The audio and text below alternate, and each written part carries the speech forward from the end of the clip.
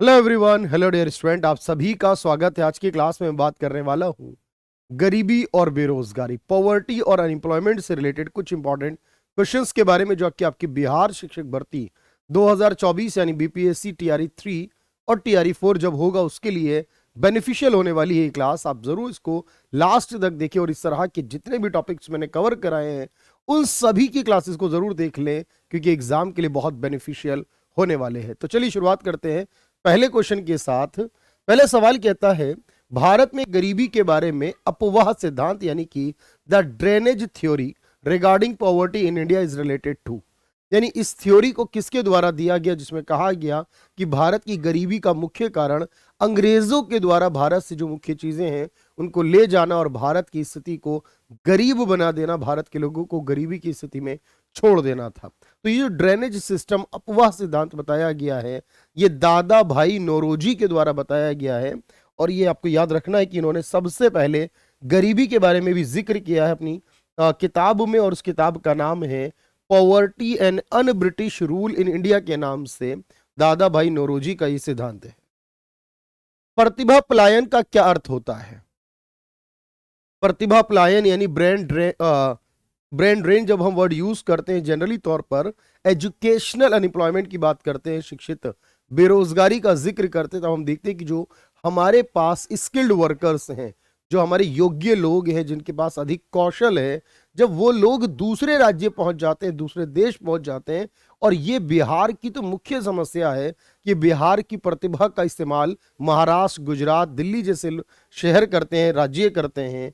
यानी कि जब आप कहते हो उच्च योग्य या कुशल लोग जो होते हैं रोजगार के लिए बेहतर स्थानों की तरफ चले जाते हैं, प्रवास करते हैं, इसको ब्रेन ड्रेन या इसका संबंध शिक्षित बेरोजगारी से मुख्यतः होता है। इसके बाद अगर हम बात करते हैं कि निम्नलिखित में किसके मूल्यांकन के लिए लॉरेंज वक्र का उपयोग किया जाता है। लॉरेंज वक्र के बारे में याद रखिए, इसको मैक्स ओ लॉरेंज के द्वारा डिफाइन किया गया, इसलिए इसका नाम लॉरेंज है। ये इनकम इनइक्वालिटी को बताता है, ये आय की असमानता या आय के वितरण को दर्शाता है, और उस आय के वितरण से हम आय की समानता या असमानता को देख पाते हैं। याद रखिए, जब हम इस कर्व को बनाएंगे, इस कर्व में जितनी ज्यादा मोड़ होगा कर्व का, यानी जितना ज्यादा दूर से ये कर्व जाएगा उतनी असमानता को दर्शाएगा, और जितना कम मोड़ होगा, जितना पास में होगा इक्वालिटी की लाइन के, उतनी अधिक समानता को दर्शाएगा। ये ध्यान में रखिए बात। तो इसी का अर्थ ये हुआ कि सर ये लॉरेंज वक्र क्या बताता, आय के वितरण में समता कितनी है, समानता कितनी है, या असमानता भी कह सकते हैं, क्योंकि ये दोनों चीजें एक साथ शो हो जाएंगी, समानता और असमानता। प्रच्छन्न बेरोजगारी का अर्थ क्या होता है? प्रच्छन्न बेरोजगारी किसे कहा जाता है? प्रच्छन्न बेरोजगारी का अर्थ क्या है भाई, बताइए। देखो, जब हम ये कहते हैं कि जहां पर रिक्वायरमेंट से ज्यादा लोग काम करते हैं, जितना उपलब्ध श्रम है यानी जो आवश्यक श्रम है वो उससे ज्यादा होता है। जब हम ये कहते हैं कि कुछ लोगों को काम से हटा दिया जाए तो उत्पादन में कोई कमी नहीं होगी। जब हम ये मानते हैं कि उस काम को करने वाली लेबर की उत्पादनता जीरो होती है, शून्य होती है, उस केस में याद रखिएगा हम उसे छिपा बेरोजगार, और इसको हम एग्रीकल्चर में रूरल एरियाज में मुख्यतः मानते हैं। इस हिसाब से आप कहोगे जहां पर कुल उपलब्ध श्रम आवश्यक श्रम से अधिक होता है, इसका मतलब वहां पर छिपी हुई बेरोजगारी है। निर्धनता का दुष्चक्र तोड़ा जा सकता है किसके द्वारा? एक कॉन्सेप्ट है जिसको हम विशियस सर्कल ऑफ पॉवर्टी, निर्धनता का दुष्चक्र कहते हैं, और ये दुष्चक्र हमें रैगनर नक्स के द्वारा बताया गया कि किस तरह से गरीबी एक तरह का जाल है, और इस जाल में फंसे रहते। गरीबी, इनकम कम होने की वजह से उसके पास सेविंग्स यानी बचत कम हो जाती है, इनकम कम होने की वजह से उसके पास इन्वेस्टमेंट करने के लिए पैसा कम होता है, और वो उसी तरह गरीबी के जाल में फंसा रहता है, और इससे बाहर निकलना है अगर, तो इस बात को भी इन्होंने बताया है कि स्ट्रक्चरल रिफॉर्म करके, संरचनात्मक परिवर्तन करके देश के अंदर बेहतर स्थितियां लाकर हम इससे दूर हो सकते हैं, यानी इससे बच सकते हैं, इस चक्र को तोड़ा जा सकता है। निम्नलिखित में से कौन सा कारण अल्प विकसित देशों में संरचनात्मक बेरोजगारी के लिए जिम्मेदार नहीं है? Which of the following is not responsible for structural unemployment in under developed countries? तो यहां पर आपको याद रखना है लेबर इंटेंसिव टेक्निक, भारी उद्योगों की ओर झुकाव। यहां पर क्वेश्चन में मुझे लगता है कि थोड़ा सा डाउट है, और क्वेश्चन में यह होना चाहिए कि कौन सा इज द, नॉट नहीं, इज द या इज रिस्पॉन्सिबल, कौन सा जिम्मेदार है, यानी किसकी वजह से आपकी संरचनात्मक बेरोजगारी होती है। ये याद रखना, जब हम टेक्नोलॉजी में चेंज करते हैं तब हमारी संरचनात्मक बेरोजगारी आती है। जब डिमांड का पैटर्न बदलता है तब संरचनात्मक बेरोजगारी आती है। जब हम ये कहते हैं कि हमारी जो लेबर है वो इनसफिशिएंट, इनकैपेबल हो जाती है, तब हमारे पास संरचनात्मक बेरोजगारी आती है। या आप ये भी कह सकते हो कि संरचनात्मक बेरोजगारी जब आती है पूंजी की कमी की वजह से, जैसे कि और डिमांड का पैटर्न जो होता है स्पेसिफिकली उसका बदल जाना, तो हम ये कह सकते हैं कि हमारे पास जब अपर्याप्त उत्पादक क्षमता हो जाए, यानी इनसफिशिएंट प्रोडक्टिव कैपेसिटी हो जाए, तब हम उसे संरचनात्मक बेरोजगारी कहते हैं। गरीबी उन्मूलन का सबसे प्रभावी उपाय क्या होगा? गरीबी दूर करना है तो उसका सबसे प्रभावी उपाय क्या होगा? गरीबी दूर कैसे होगी? याद रखिएगा भाई, यहां पर इस केस में गरीबी को दूर करना है, यानी उसके लिए हमें जरूरी है अपने आय की, जो देश की इनकम को सही तरीके से उसका वितरण किया जाए, समानता के साथ उसका बंटवारा किया जाए। अगर ऐसा होगा तो हर एक इंसान के पास पैसा पहुंचेगा और कोई गरीब नहीं रहेगा देश में। तो गरीबी के लिए बेहतर यह है कि हम आय का सही वितरण करें, सही तरह से उसको डिस्ट्रीब्यूट करेंगे अगर, तो कोई गरीबी नहीं होगी। निम्नलिखित में किसने 75 रुपए प्रति व्यक्ति की गरीबी रेखा का सुझाव दिया था? एक साल की जो गरीबी रेखा होनी चाहिए वो 75 रुपीज होनी चाहिए, ऐसा कहा गया था किसके द्वारा? तो मेरे भाई याद रखिएगा, ऐसा कहा गया था बॉम्बे प्लान के द्वारा। एक देश गरीब है क्योंकि वह गरीब है, यह कथन किसका है? एक देश गरीब है क्योंकि वह गरीब है, यह कथन किसका है? तो यह बात कही गई है किसके द्वारा? याद रखना, रैगनर नॉक्स, जिन्होंने वो विक्शियस सर्कल ऑफ पॉवर्टी को दिया हुआ है, जिन्होंने बताया डिमांड साइड और सप्लाई साइड दोनों की तरफ से गरीबी होती है, उस चक्र को बताया है। उन्होंने ही कहा एक देश गरीब है क्योंकि वह गरीब है, मतलब वो इस जाल में फंसा रहता है। इसके बाद अगर हम बात करें भारत में दिए गए एक वर्ष में कुछ राज्यों की तुलना में आधिकारिक गरीबी रेखाएं कुछ राज्यों में अधिक है। मतलब एक राज्य में गरीबी रेखा अलग है, दूसरे राज्य में अलग है, एक राज्य में कम है, दूसरे राज्य में अधिक है। ऐसा क्यों है? इसके पीछे की वजह क्या है, कारण क्या है? देखो, हर राज्य में वस्तुओं की कीमतें अलग अलग हो सकती हैं। ये बहुत सारे कारणों पर डिपेंड करता है कौन सा रेट सामान किस जगह पर कितने का होगा, और इसीलिए कई जगह पर आप कहेंगे कि सर वहां की कीमतों की वजह से वहां की गरीबी रेखा अलग होनी चाहिए। कहीं कम पैसों में आपका पेट भर सकता है, कहीं ज्यादा में भी नहीं भर सकता, तो इसलिए डिपेंड करता है, कीमतें अलग हैं अगर, तो गरीबी रेखा भी अलग अलग होनी चाहिए। ये लकड़ा वाला कमेटी है जो सबसे मुख्य कमेटी सारी गरीबी की कमेटियों में है, वो लकड़ा वाला कमेटी ने कहा है।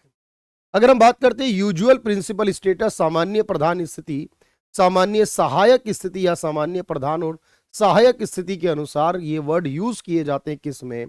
याद रखो, किसी को भी गरीब कहना और किसी को भी बेरोजगार कहना, ये कई पैरामीटर पर डिपेंड करता है। अगर हम बेरोजगारी की बात करें तो इसको देखने के लिए हम एक दिन का कॉन्सेप्ट भी फॉलो करते हैं, 1 वीक, एक सप्ताह का फॉलो भी करते हैं।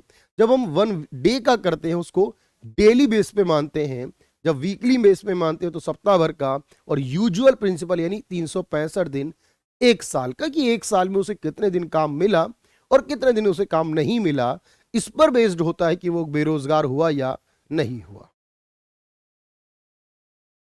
घर्षणात्मक बेरोजगारी यानी फ्रिक्शनल अनएम्प्लॉयमेंट किसे कहा जाता है? देखो, जब एक व्यक्ति एक जगह काम करता है और वहां से स्किप करके दूसरी जगह जाता है, एक व्यक्ति एक काम छोड़कर दूसरी जगह ज्वाइन करता है, वो जितने टाइम इस बीच में बेरोजगार रहता है, वो कुछ पर्टिकुलर टाइम तक बेरोजगार रहता है।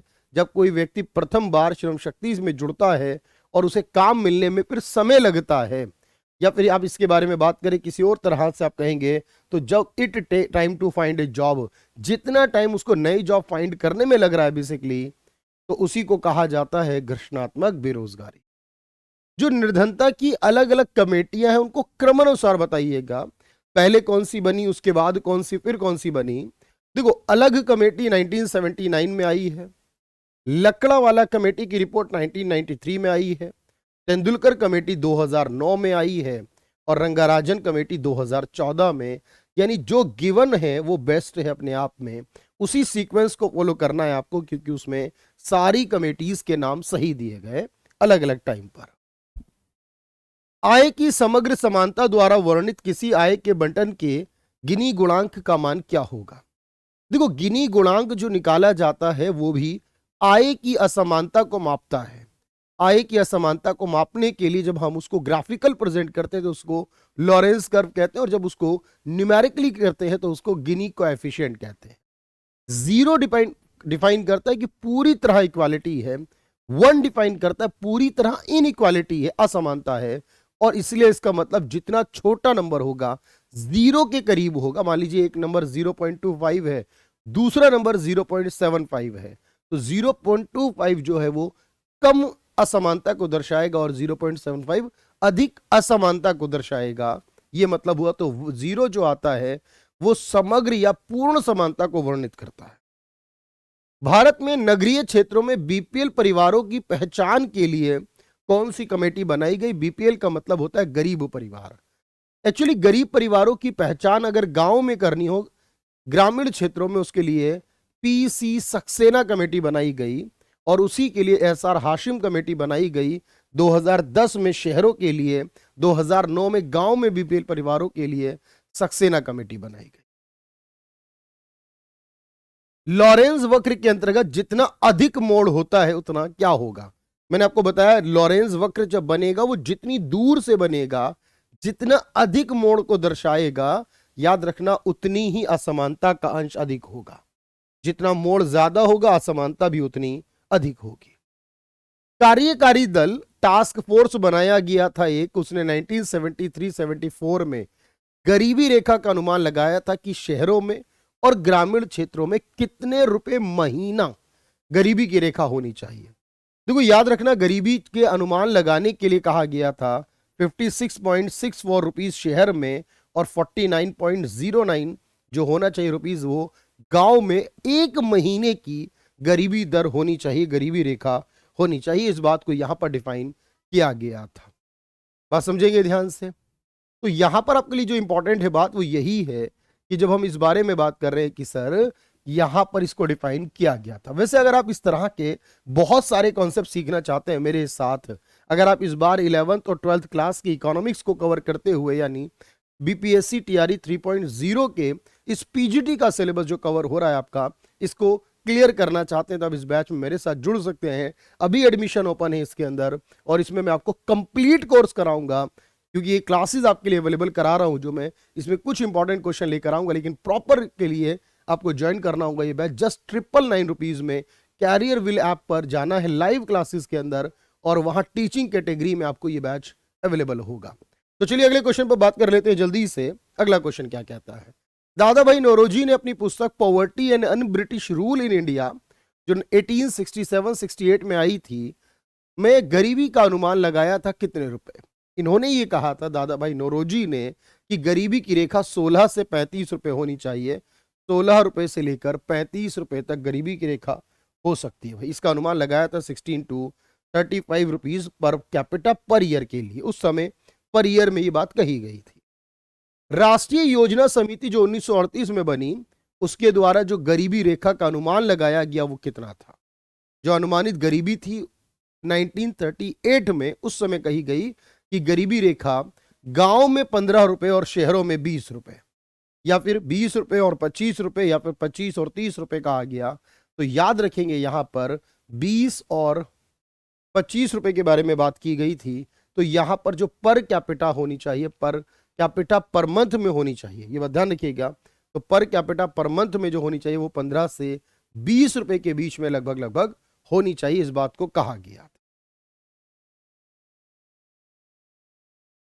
योजना आयोग द्वारा विशेषज्ञ समिति 1962 द्वारा शहरी और ग्रामीण प्रति व्यक्ति प्रतिमाह गरीबी का अनुमान क्या लगाया गया? यानी कि जो गरीबी के बारे में बताई गई थी बात, उसमें कितना अनुमान बताया गया था ग्रामीण क्षेत्रों में और शहरी क्षेत्रों में? तो यह कहा गया था यहां पर कि 1962 में 25 रुपए शहरी क्षेत्र में, एक व्यक्ति एक महीने के और 20 रुपए जो है वो ग्रामीण क्षेत्र में गरीबी रेखा होनी चाहिए। 25 और 20 रुपए प्रति व्यक्ति प्रति माह का अनुमान था। सुरेश तेंदुलकर कमेटी जो बनी उसके अनुसार भारत में गरीबों का प्रतिशत कितना था, यानी सुरेश तेंदुलकर कमेटी के अनुसार भारत की आबादी में कुल कितने प्रतिशत जो है वो गरीब थे। तो याद रखना 21.9% लोगों को यहां पर गरीब बताया गया, जिसको हम HCR यानी हेड काउंट रेशो कहते हैं, जिससे कि हम ये काउंट करते हैं कि हमारे देश या हमारे राज्य में कितने प्रतिशत लोग गरीब हैं। इसके बाद अगर हम बात करें श्रीरंगाराजन पद्धति के अनुसार, यानी कि जो 2014 में श्रीरंगाराजन कमेटी बनी, भारत में गरीबों का कितना प्रतिशत, यानी गरीबों के लिए हेड काउंट रेशो कितना बताया गया, 29.5%। तो इसमें कहा गया 29.5%। सुरेश तेंदुलकर कमेटी के अनुसार शहरी और ग्रामीण जनसंख्या में कितने प्रतिशत गरीबी थी लगभग, यानी शहर में कितने परसेंट गरीब और गांव में कितने परसेंट गरीब थी, बताया गया कि 13.7% गरीब जो है वो शहर में और गांव में इस तरह से डिफाइन किया गया, और 25.7% जो गरीब है वो ग्रामीण क्षेत्रों में बताए गए। कुल मिलाकर देश में 21.9% गरीबों को बताया था सुरेश तेंदुलकर कमेटी ने। गरीबी के बारे में जब हम डेटा कलेक्ट करते हैं तो उसमें URP यूनिफॉर्म रिसोर्स पीरियड लिया जाता है। उसमें क्या होता है, देखो गरीबी के डेटा में एक URP होता है, एक MRP और एक MMRP होता है। URP जब डेटा लेते हैं तो सारा जो डेटा कलेक्ट करते हैं वो 30 दिन के बेस पर करते हैं। जब MRP लेते हैं तो वहां पर कुछ डेटा 30 दिन के और कुछ 365 दिन के बेस पर लेते हैं, और MMRP जब लेते हैं तो कुछ 30 दिन, कुछ 365 दिन और कुछ 7 दिन के बेस पर लेते हैं। देन हम इसको कैलकुलेट करते हैं। ये बेहतरीन क्वेश्चन का कलेक्शन है जो कि आपके BPSC TRE 3 और TRE 4 जो होगा उन सब में काम आएगा, यानी 11th और 12th की इकोनॉमिक्स जो होगी आपके पास वो बेस्ट हो जाएगी। इस वीडियो में इतना ही है, बाकी सारे टॉपिक लेकर आऊंगा मैं। Thank you everyone, thank you so much.